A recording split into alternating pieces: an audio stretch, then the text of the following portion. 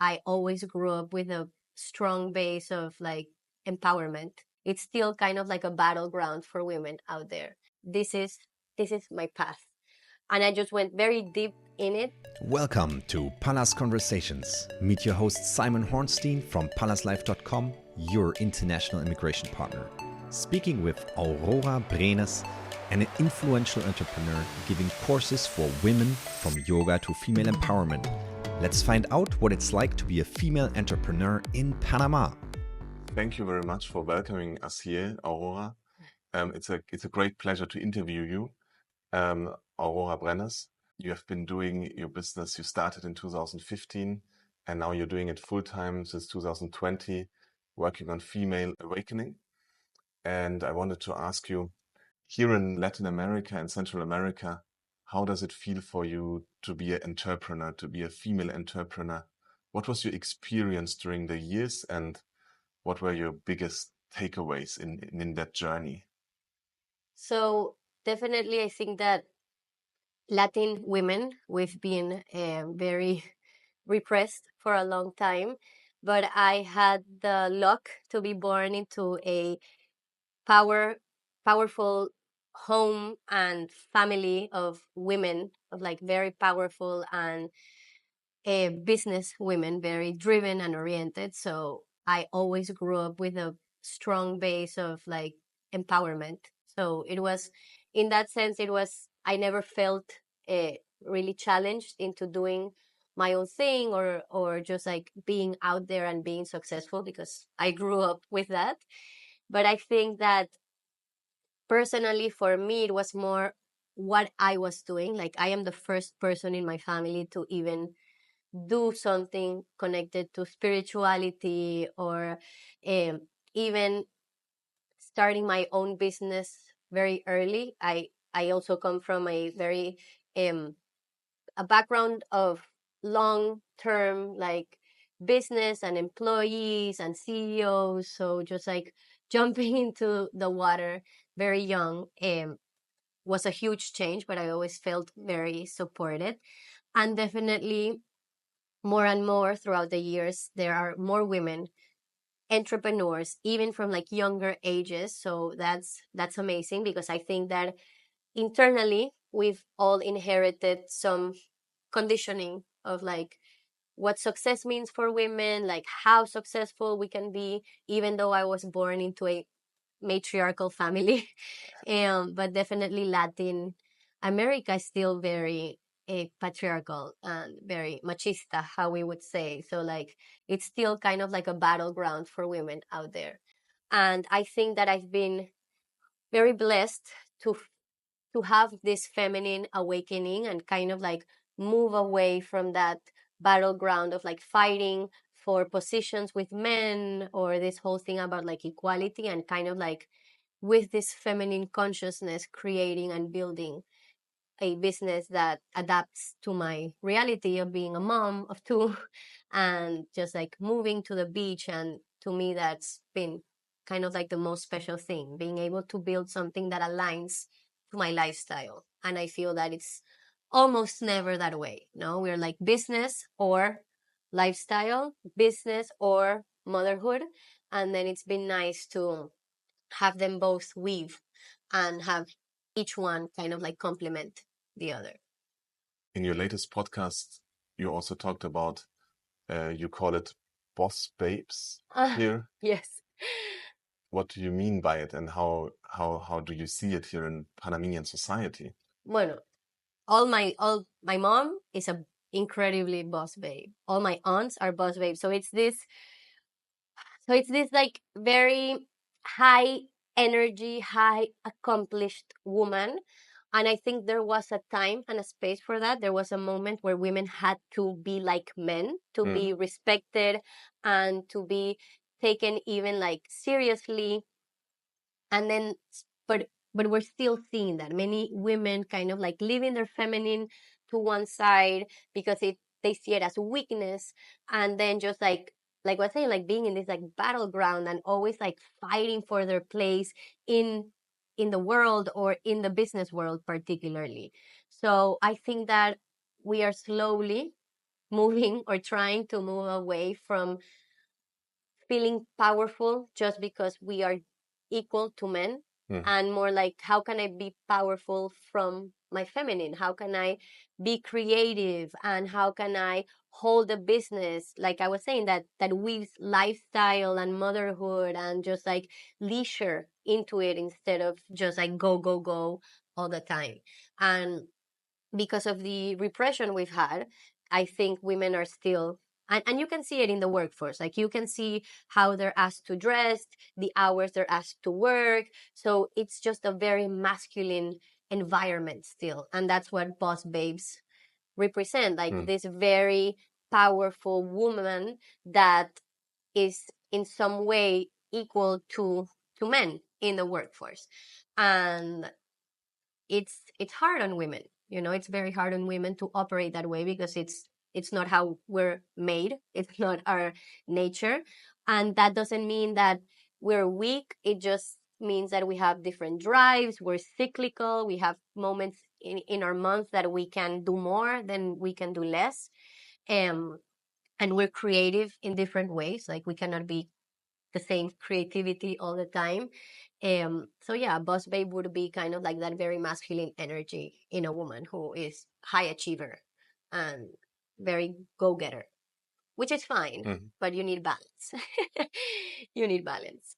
And you're developing a new way of looking at it. Yes. Right. And you, Yes. you started also in your business with yoga as a yogini, and now you're moving more into spiritual awareness and female awakening. How did you come up with the spirituality part? What was the So when I started going deeper into yoga, so I started learning about the spiritual aspect of it, and I was like, okay, this is where the magic happens. Like, the physical part is just one aspect of it. And I was always called to work with women, but I wasn't sure how. I was like, I'm a yoga teacher. I don't want to be just yoga for women, because I'm just canceling half of my half of my clients. And then I traveled to Asia in 2017, and I had my own feminine awakening. I realized I had just um ended a very long relationship that was not a healthy relationship by the end. I had gotten myself off hormonal birth control. And then when I went to Asia, especially when I was in Indonesia, in Bali, I started learning all these things about like feminine energy and female sexuality. And everything just started to like literally awaken in me and make sense. And I was like, okay, this is my path. And I just went very deep in it that whole year. And it was just like this snowball effect of everything I was learning and integrating. And I slowly started to talk more about it. I didn't feel at that time prepared to like host or support anyone in their journey. I was in my own journey. And then a couple years later, when I got pregnant, it was like something clicked inside, and I was like, oh my God, I'm living everything that I've been learning, and just like seeing the whole process of being pregnant and giving birth, and just like how little support there is for women, and how disempowered we are when this happens, like when this magical, spiritual, and I mean miraculous process happens. And then it was like, okay, we need to talk about this more. Like, we need to go back to basics. We need to awaken. I didn't want to go back to my job. At that time I had like a regular job besides teaching yoga and just like doing these things on the side. And it was like, no, I need to hold space for women, and I need to help women like navigate their femininity. And since then, that was early 2020 until now, it's been a huge evolution for me and for the things that I host. Like, my retreats have changed focus. I now host tons of like women circles and just like sacred space for women to connect with other women, to connect to themselves, and to be able to like share how they're feeling and where they want to go, and help them get there. And how would you describe your ideal vision of an empowered woman, like compared to the boss babe role model that was Yeah. before there? And so I would definitely think about going back to our cycles. So I think we're super disconnected from our cycles. Like, most women, especially this like the boss babe type, or women who really want to like go somewhere in their career, tend to want to be like men. So like we tend to not want to have cycles, like be able to do the same things every day, not have downtime once a month. So definitely like getting to know your body and your cycles would be like the first step, because that will teach you how to better work and to better create and to better support and be of service to whoever you're trying to be of service, and even in your own family. And then what I was saying before, being able to combine the lifestyle that you want with the career that you want to have, and not having this mentality like I'm going to work all these years in my life and then I'm going to retire and enjoy. It's like, no, that's not that's not how it's supposed to be. So honoring rest time, not working like rigid schedules, 8 to 9, I mean, or 8 to 5 or 9 to 6, whatever, because that's not beneficial for women. That's just not how we're built. So the whole cyclical and allowing ourselves to have like our winter time, like our downtime, not only during our cycles, but during postpartum, that it's a huge thing that I work with women. We are always encouraged to just be like doing and going on and going on. And we really have times in our lives that we need to stop and think into our own processes, like menstruation or postpartum or eventually menopause. There are times in our lives that ask us to like take rest. So to me, like an empowered woman is someone who knows their body, knows their cycles, and knows how to like use it in advantage and work around it. Yeah, and in your concerning the cycles in your podcast, you also mentioned the moon a lot and how it connects with femininity. And here in Panama, the moon is just very special. It's very bright. Like in Europe and the US, we can never see it that bright. Does the moon here That's in Panama interesting. feel different for you compared to other countries? No, that's interesting. I think that also since I started doing this work, I've been mainly in Panama, or I was in Southeast Asia, so like latitude is very In similar. Bali, yeah. Yeah. And Yes. so like the moon was still very bright.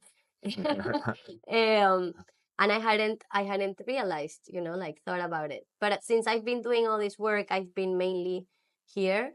And yeah, I think the moon is a great guide for women, like the moon is dark and then it's bright, and she's cyclical, and she's always there and she's always present. And the darkness is just an incredible place to like learn about yourself and like go into your deepest self and to your spirituality and to your shadows. And then that's another thing, we're so used to like everything has to be light, and everything we always have to be like inner summer. It's like, no, there are seasons for a reason. That's just how nature works. And for women, it's so easy to like look outside and just like understand that we just work the same way as mother nature does. I mean, I would say it's easy, but there's a lot of like unlearning that we need to do to Yes. get there.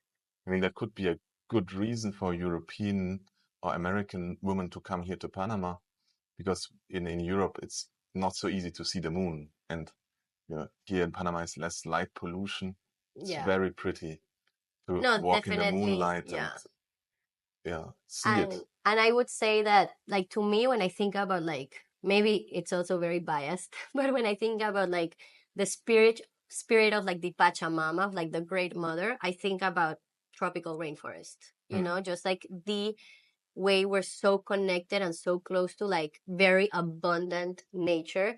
The amount of biodiversity that you have here, like you can feel that the earth here is sacred, like it's so charged with energy.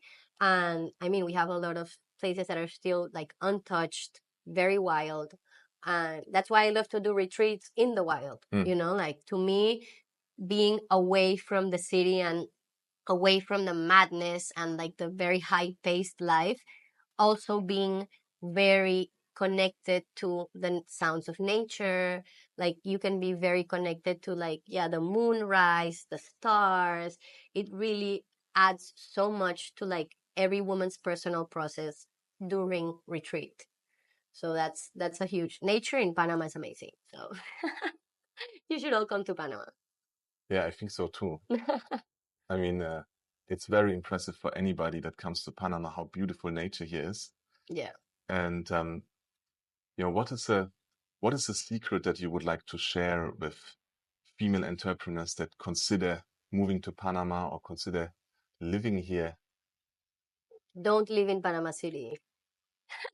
That's my biggest secret, like Panama has, especially if you are a digital nomad, and I guess that people that come here as entrepreneurs will probably work online. There are so many great places for you to live. And Panama is so small that coming to the city is pretty accessible from anywhere you are. And there are definitely growing communities of expats or foreigners that are coming to Panama and just like working online and surfing during the day and going to ceremonies and circles at night. And there are a lot of these upcoming communities that are filled. I mean, there's barely any Panamanians. When I go there, I'm like, oh my God, am I in Panama? And that's also very very nurturing because yes, you have the locals, but then you have people from all over the world, so that also helps it be welcoming to anyone that's coming from abroad. And yeah, definitely stay away from the city or do like part-time, but the beaches and the mountains in Panama are so special that I would definitely go to a remote place and find a nice community to live in. So that's how you also choose the locations for your retreats. Is Yes. there your favorite spots in Panama? Yes, for sure. I mean, I do retreats because I think they're this like vortex, like a time capsule where everything stops and women are just there for like 4 days working on themselves and connecting to other women because the feminine energy really rises when when women are together. Like feminine energy is all about community and being together and like holding space together. And then I also love doing them because that makes me go to these magical places for work, and just like spend time there and yeah, like that's my work. So And that's another secret. Like really do things that you love and may it not all be work all the time. And that's why also living in places like this helps you have a better balance. I think that the city drives you to be constantly moving and doing stuff because it's just the energy there's there. And then when you're in slower, quieter places, you actually can be more in tune with your creativity and like slowing down and just like being able to do a little bit of everything every day. and what is your favorite place where you would go to recharge yourself in your free time if you don't have any courses and need some time for yourself here in Panama? So there are two places I love in Panama. I love my home. I live closer to the city. But from there, I would definitely do Venao. So I love Venao so much. And I love Bocas del Toro. Bocas del Toro to me is just wow, it's magical. There's something about I love the Caribbean, so I live on the Pacific, and Venao is in the Pacific as well. But going to the Caribbean is so mystical and magical. You have like the dense jungle, like right in front of this like crystalline clear waters, and to me, it's just I land there and I'm like, wow. Even in Colón, in Portobelo, I worked at a hotel there for 2 years, and there's something about the Caribbean that is just I'm not even able to explain. Thank you. Thank you so much for giving us these insights. It was a great pleasure to talk with you. Thank you. And hopefully we will see you again in Venao or in other places here in Panama. Yeah. Thank you. Thank Thank you. you. Gracias.